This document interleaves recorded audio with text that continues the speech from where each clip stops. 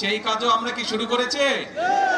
সেই কাজও আমরা শুরু করেছি। বাংলাদেশে প্রায় 7,000 মসজিদ বলেন, মাদ্রাসা বলেন বা বিভিন্ন অন্য ধর্মের যেগুলো প্রতিষ্ঠান আছে, সেখানে যারা ধর্মীয় গুরু আছেন তাদেরকে আমরা রাষ্ট্রের পক্ষ থেকে সম্মানের ব্যবস্থা করেছি। তার মানে দাঁড়ালো কি, যেই কয়টা বললাম, আমরা দেশের মানুষকে বলেছিলাম খাল খনন করব, আপনারাই বললেন কাজ শুরু করেছি। দেশের মানুষকে আমরা বলেছিলাম আমরা মা বোনদের হাতে ফ্যামিলি কার্ড পৌঁছে দেব, সেটাও তো শুরু হয়েছে নাকি? আচ্ছা, দেশের মানুষকে আমরা বলেছিলাম আমরা কৃষক ভাইদের হাতে কৃষক কার্ড দিব, সেই কাজ শুরু হয়েছে? এখনো পুরোপুরি শুরু হয়নি, অল্প করে শুরু করতে হয় প্রথমে, কিন্তু শুরু তো হয়েছে নাকি? আচ্ছা, তারপরে দেশের মানুষকে বলেছিলাম যে ইমাম সাহেব সহ যারা আছে তাদেরকে আমরা সম্মানের ব্যবস্থা করবো, শুরু হয়েছে? দেখেন আপনারাই বললেন সকলে শুয়েছে, এরকম আরো কিছু কথা বলছিলাম।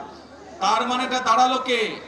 তার মানেটা দাঁড়ালো বিএনপি জনগণের কাছে যেই ওয়াদা দেয়, বিএনপি সরকার পরিচালনার দায়িত্বে থাকলে সেই ওয়াদা বিএনপি পূরণ করে।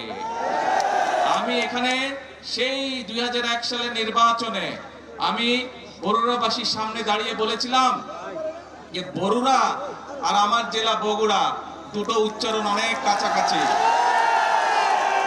আমি যেরকম আমার এলাকার উন্নয়ন দেখব, ইনশাল্লাহ আমি বরুড়ার বিষয়ে সহযোগিতা করব। কথা রেখেছিলাম আমরা সেই সময়। আপনাদের এখানে প্রচুর সেই সময় রাস্তাঘাট, স্কুল, কলেজ, ব্রিজ, কালভার্ট তৈরি হয়েছিল, কিন্তু এলাকার মানুষের যোগাযোগের জন্য, সুবিধার জন্য।